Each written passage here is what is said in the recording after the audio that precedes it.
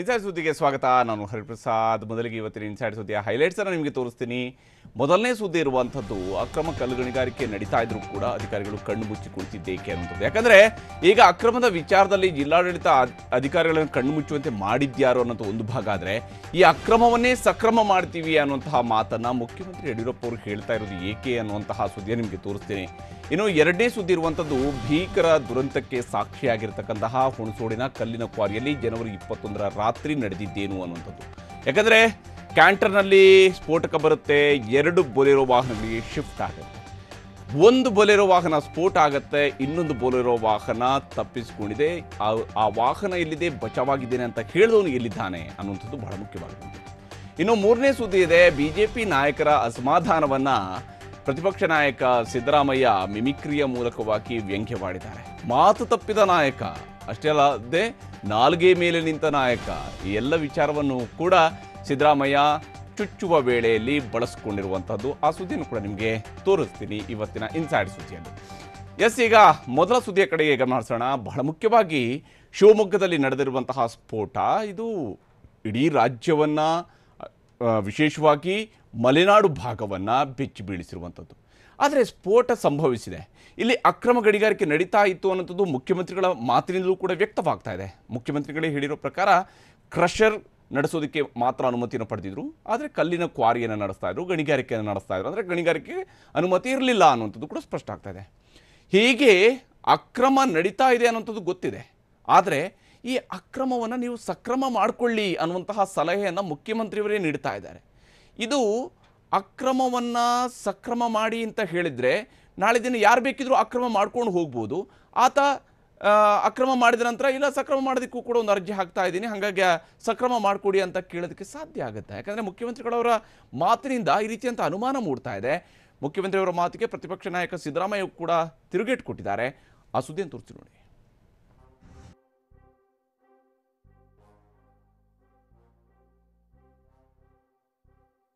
ಯಾರು ಅಕ್ರಮ ಗಣಿಗಾರಿಕೆ ನಡೆದಿದ್ದಾರೆ ಲೈಸೆನ್ಸನ್ನು ತಗೊಂಡು ಗಣಿಗಾರಿಕೆಯನ್ನು ಮಾಡಿ ಅಲ್ಲಿ ನ್ಯಾಯಬದ್ಧವಾಗಿದ್ದಾರೆ.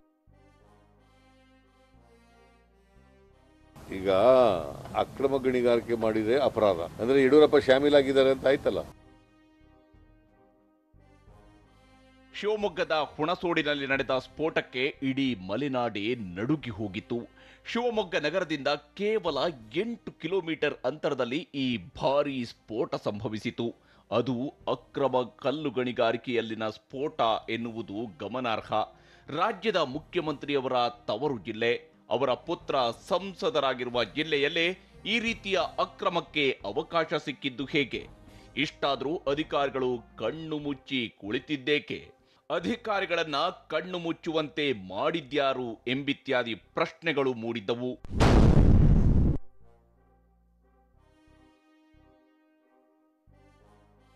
ಆದರೆ ಈ ಅಕ್ರಮ ಗಣಿಗಾರಿಕೆಯ ಮೇಲೆ ಕ್ರಮ ಕೈಗೊಳ್ಳಬೇಕಿರುವ ಸರ್ಕಾರವೇ ಈ ಅಕ್ರಮ ಕುಳಗಳ ನೆರವಿಗೆ ನಿಂತಿದೆ. ಖುದ್ದು ಮುಖ್ಯಮಂತ್ರಿ ಯಡಿಯೂರಪ್ಪನವರೇ ಅಕ್ರಮ ಗಣಿಗಾರಿಕೆ ನಡೆಸುವವರು ಸಕ್ರಮ ಮಾಡಿಸಿಕೊಳ್ಳಿ, ಅದಕ್ಕೆ ಬೇಕಾದ ಅರ್ಜಿ ಹಾಕಿಕೊಳ್ಳಿ ಅಂತ ಪುಕ್ಕಟೆ ಸಲಹೆ ಕೊಟ್ಟಿದ್ದಾರೆ. ಅಕ್ರಮ ಗಣಿಗಾರಿಕೆಯಿಂದ ನಿಮಗೂ ಸುಮ್ಮನೆ ಕೆಟ್ಟ ಹೆಸರು, ಅದರ ಬದಲು ಸಕ್ರಮ ಮಾಡಿಸಿಕೊಳ್ಳಿ, ನಮ್ಮದೇನು ತಕರಾರು ಇಲ್ಲ ಎಂದು ಇದುವರೆಗೆ ಅಕ್ರಮ ಎಸಗಿದವರನ್ನ ಶಿಕ್ಷಿಸದೆ ಗಣಿಗಾರಿಕೆ ಮುಂದುವರಿಸಲು ಅವಕಾಶ ಮಾಡಿಕೊಡುವ ಮುನ್ಸೂಚನೆ ನೀಡಿದ್ದಾರೆ.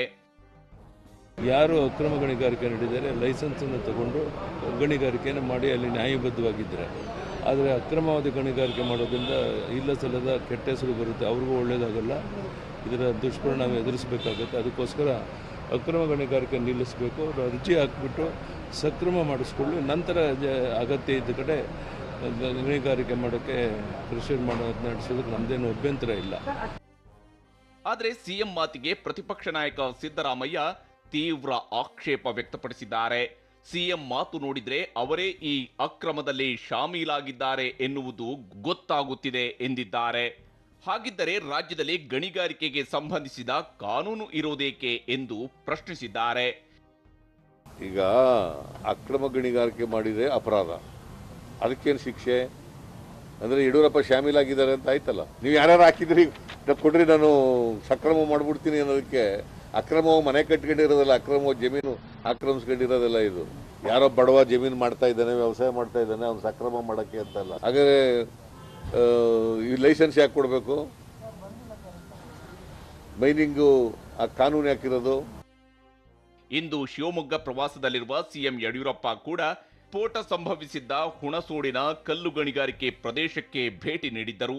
ಇಲ್ಲಿ ಕೇವಲ ಕ್ರಷರ್ ನಡೆಸಲು ಮಾತ್ರ ಅನುಮತಿ ಪಡೆದಿದ್ದರು. ಆದರೆ ಗಣಿಗಾರಿಕೆಗೆ ಅವಕಾಶ ಇರಲಿಲ್ಲ ಎಂದು ಮುಖ್ಯಮಂತ್ರಿಯವರೇ ಹೇಳಿದ್ದಾರೆ. ಇಲ್ಲಿ ಸುತ್ತಮುತ್ತ ಇರುವಂತ ಎಲ್ಲ ಕ್ರಷರ್ಗಳಿಗೆ ಸರ್ಕಾರದ ಅನುಮತಿ ಇದೆ, ಕ್ರಷರ್ಗಳಿಗೆ. ಆದರೆ ಕ್ವಾರೆನಲ್ಲಿ ಕಲ್ಲು ಗಣಿಗಾರಿಕೆ ಮಾಡೋಕ್ಕೆ ಯಾರಿಗೂ ಅನುಮತಿ ಇಲ್ಲ. ಸಿಎಂ ಯಡಿಯೂರಪ್ಪ ಅಕ್ರಮ ಗಣಿಗಾರಿಕೆಯ ಸಕ್ರಮಕ್ಕೆ ಕೊಟ್ಟಿರುವ ಸಲಹೆ ನೋಡಿದ್ರೆ ರಾಜ್ಯದಲ್ಲಿ ಇದುವರೆಗೆ ಅಕ್ರಮ ಎಸಗಿದವರು ಯಾವುದೇ ಶಿಕ್ಷೆ ಇಲ್ಲದೆ ಬಚಾವಾಗುವುದು ನಿಶ್ಚಿತ.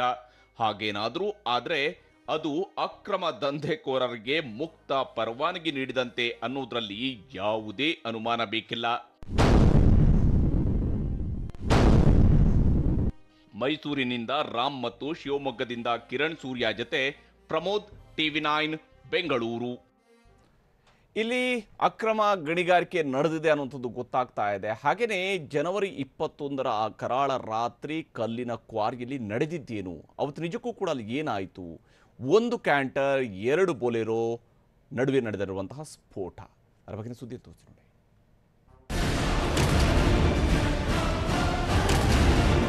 ಭಯಂಕರ ಅಂದರೆ ಮನೆ ಕಿಟಕಿ ಎಲ್ಲ ಓಪನ್ ಆಗ್ಬಿಟ್ಟು.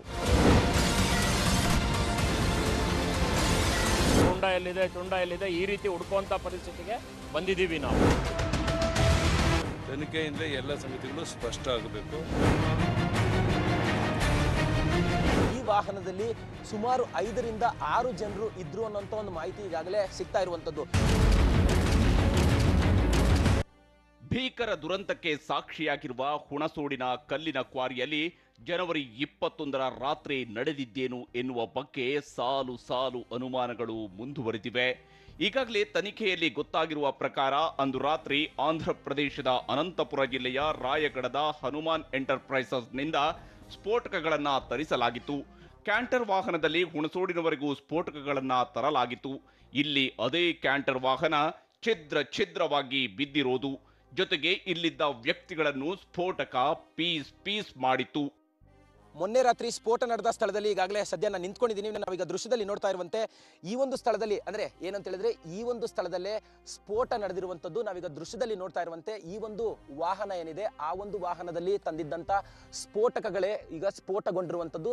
ಸ್ಫೋಟ ನಡೆದ ರಭಸಕ್ಕೆ ಈಗಾಗಲೇ ಕೂಡ ಅಕ್ಕಪಕ್ಕದಲ್ಲಿದ್ದಂಥ ಗಿಡಮರಗಳಿರ್ಬೋದು ಎಲ್ಲವೂ ಕೂಡ ಸಂಪೂರ್ಣವಾಗಿ ಛಿದ್ರಗೊಂಡಿರುವಂಥದ್ದು. ಈ ಒಂದು ಸ್ಫೋಟದ ರಭಸಕ್ಕೆ ಸಂಪೂರ್ಣವಾಗಿ ವಾಹನ ನಜ್ಜುಗುಜ್ಜಾಗಿರುವಂಥದ್ದು. ಸುತ್ತಮುತ್ತ ಸಾಕಷ್ಟು ಕಿಲೋಮೀಟರ್ ಗಟ್ಟಲೆ ಈ ಒಂದು ಪ್ರದೇಶದಲ್ಲಿ ಅಂದರೆ ಎಲ್ಲ ವಾಹನದ ತುಂಡುಗಳು ಕೂಡ ಬಿದ್ದಿರೋದು. ನಾವೀಗ ದೃಶ್ಯದಲ್ಲಿ ನೋಡ್ತಾ ಇರುವಂತೆ ಈ ಒಂದು ವಾಹನದ ತುಂಡುಗಳೇನಿದೆ ಸಂಪೂರ್ಣವಾಗಿ ಇಲ್ಲಿ ಬಿದ್ದಿರುವಂಥದ್ದು. ಅಂದರೆ ವಾಹನದಲ್ಲಿ ಎಷ್ಟು ದೊಡ್ಡ ಮಟ್ಟದಲ್ಲಿ ಅಂದರೆ ಈ ಒಂದು ಸ್ಫೋಟಕಗಳು ಇತ್ತು ಅನ್ನೋದು ಇಲ್ಲಿವರೆಗೂ ಕೂಡ ಅಧಿಕಾರಿಗಳಿಗೆ ಮಾಹಿತಿ ಕಲೆ ಆಗ್ತಿರುವಂಥದ್ದು. ಈ ವಾಹನದಲ್ಲಿ ಸುಮಾರು 5ರಿಂದ 6 ಜನರು ಇದ್ರು ಅನ್ನೋಂಥ ಒಂದು ಮಾಹಿತಿ ಈಗಾಗಲೇ ಸಿಗ್ತಾ ಇರುವಂಥದ್ದು. ಶಿವಮೊಗ್ಗಕ್ಕೆ ಕ್ಯಾಂಟರ್ ವಾಹನದಲ್ಲಿ ಪವನ್ ಕುಮಾರ್, ಜಾವೇದ್ ಮತ್ತು ರಾಜು ಸ್ಫೋಟಕಗಳನ್ನು ತಂದಿದ್ದರು. ಇದಾದ ನಂತರ ಇಲ್ಲಿಂದಲೇ ಕ್ಯಾಂಟರ್ ವಾಹನದಿಂದ 2 ಬೊಲೆರೋ ವಾಹನಗಳಿಗೆ ಸ್ಫೋಟಕಗಳನ್ನು ಶಿಫ್ಟ್ ಮಾಡಲಾಗಿದೆ. ಇದರಲ್ಲಿ ಒಂದು ಬೊಲೆರೋ ವಾಹನಕ್ಕೆ ಮೊದಲು ಸ್ಫೋಟಕಗಳನ್ನು ಶಿಫ್ಟ್ ಮಾಡಲಾಗಿದ್ದು ಅದು ಸ್ಥಳದಿಂದ ತೆರಳಿತು. ಅದರಲ್ಲಿ ಶಶಿ ಎಂಬಾತ ಇದ್ದ ಎನ್ನಲಾಗಿದ್ದು ಆತ ತನ್ನ ಮನೆಯವರಿಗೆ ಕರೆ ಮಾಡಿ ನನಗೆ ಸ್ಫೋಟದಲ್ಲಿ ಏನೂ ಹಾನಿಯಾಗಿಲ್ಲ ಎಂದು ತಿಳಿಸಿದ್ದಾನೆ. ಆದರೆ ನಂತರ ಮೊಬೈಲ್ ಸ್ವಿಚ್ ಆಫ್ ಮಾಡಿಕೊಂಡು ಪರಾರಿಯಾಗಿದ್ದು ಆತನ ತಂದೆಯನ್ನ ಪೊಲೀಸರು ವಿಚಾರಣೆ ನಡೆಸುತ್ತಿದ್ದಾರೆ.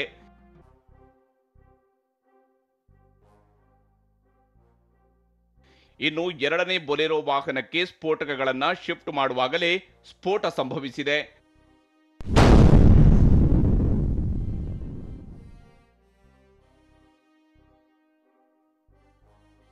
ಇದರಲ್ಲಿ ಭದ್ರಾವತಿಯ ಪ್ರವೀಣ್ ಮತ್ತು ಮಂಜುನಾಥ್ ಕೂಡ ಸಾವಿಗೀಡಾಗಿದ್ದರು. ಇಷ್ಟಕ್ಕೂ ಇಲ್ಲಿನ ಕಲ್ಲಿನ ಕ್ವಾರಿಗೆ ಇಷ್ಟೊಂದು ಪ್ರಮಾಣದಲ್ಲಿ ಸ್ಫೋಟಕಗಳನ್ನು ತಂದಿದ್ದು ಏಕೆ ಮತ್ತು ಇದೊಂದೇ ಕ್ವಾರಿ ಮಾತ್ರವಲ್ಲದೆ ಉಳಿದ ಕ್ವಾರಿಗಳಿಗೂ ಇಲ್ಲಿಂದ ಸ್ಫೋಟಕ ಸರಬರಾಜು ಆಗ್ತಿತ್ತಾ ಎನ್ನುವುದು ಗೊತ್ತಿಲ್ಲ.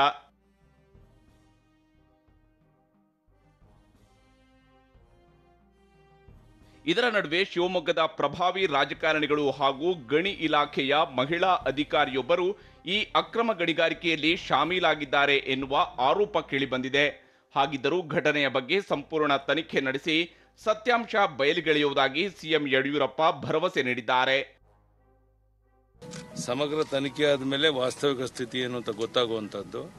ಯಾಕೆಂದ್ರೆ ಈ ಘಟನೆ ನಡೆದಾಗ ಅಲ್ಲಿ ತೀರ್ಕೊಂಡಂಥವ್ರು ಬಿಟ್ಟು ಬೇರೆ ಯಾರೂ ಇಲ್ಲ. ರಾತ್ರಿ 10:25 10:30 ಒಳಗೆ ಯಾವುದೇ ಕಾರಣಕ್ಕೆ ಯಾರೇ ಅಪರಾಧಿಗಳಾಗಿದ್ದರೂ ಸಹ ಅವ್ರಿಗೆ ಶಿಕ್ಷೆ ಅನುಭವಿಸಲೇಬೇಕು. ಅವ್ರ ಮೇಲೆ ಕ್ರಮವನ್ನು ತಗೊಳ್ತೇವೆ. ಅಕ್ರಮ ಗಣಿಗಾರಿಕೆ ಸರ್ಕಾರದ ಮೂಗಿನ ಕೆಳಗೆ ನಡೆಯುತ್ತಿರುವುದು ಇಲ್ಲಿನ ಹಲವು ಅಂಶಗಳಿಂದ ಗೊತ್ತಾಗುತ್ತಿದೆ.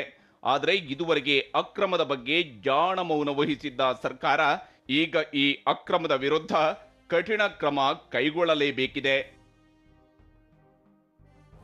ಕಿರಣ್ ಸೂರ್ಯ, TV9 ಶಿವಮೊಗ್ಗ.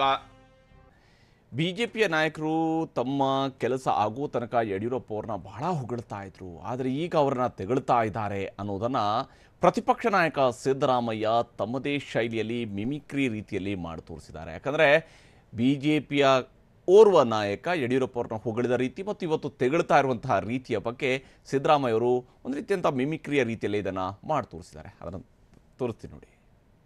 ಇವರೆಲ್ಲ ಯಡಿಯೂರಪ್ಪನ ಹೊಗಳ್ತಿದ್ದದು ಪಟ್ಟು ಮಾತಿನಂತೆ ನಡ್ಕೊಳ್ತಕ್ಕಂಥ ಯಾರು ನಾಯಕರಿದ್ರೆ ಅದು ಮಿಸ್ಟರ್ ಯಡಿಯೂರಪ್ಪ.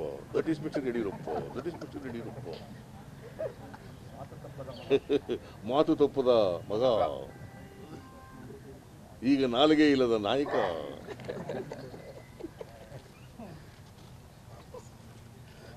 ಎಲ್ಲ ಅವರವರೇ ಹೇಳಿರೋದಪ್ಪ, ನಾನು ಹೇಳಿರೋದಲ್ಲ. ಇದು it is not my statement. ಅವ್ರು ಯಾರು ನಮ್ಮ ಪಕ್ಷ ಬಿಟ್ಟು ಹೋದ್ರು ಅಲ್ಲ, JDS ಬಿಟ್ಟು ಹೋದ್ರಲ್ಲ, ಅವ್ರು ಹೇಳಿರೋದು. ಇವರೆಲ್ಲ ಯಡಿಯೂರಪ್ಪನ ಹೊಗಳ್ತಿದ್ದದು ಪಟ್ಟು ಮಾತಿನಂತೆ ನಡ್ಕೊಳ್ತಕ್ಕಂಥ ಯಾರು ನಾಯಕರಿದ್ರೆ ಅದು mister Yediyurappa. That is mister Yediyurappa. That is mister Yediyurappa. ಮಾತು ತಪ್ಪದ ಮಗ, ಈಗ ನಾಲಿಗೆ ಇಲ್ಲದ ನಾಯಕ.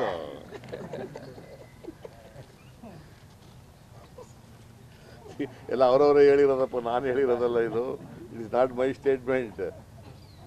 ಅವ್ರು ಯಾರು ನಮ್ಮ ಪಕ್ಷ ಬಿಟ್ಟು ಹೋದ್ರು ಅಲ್ಲ, JDS ಬಿಟ್ಟು ಹೋದ್ರಲ್ಲ, ಅವ್ರು ಹೇಳಿರೋದು.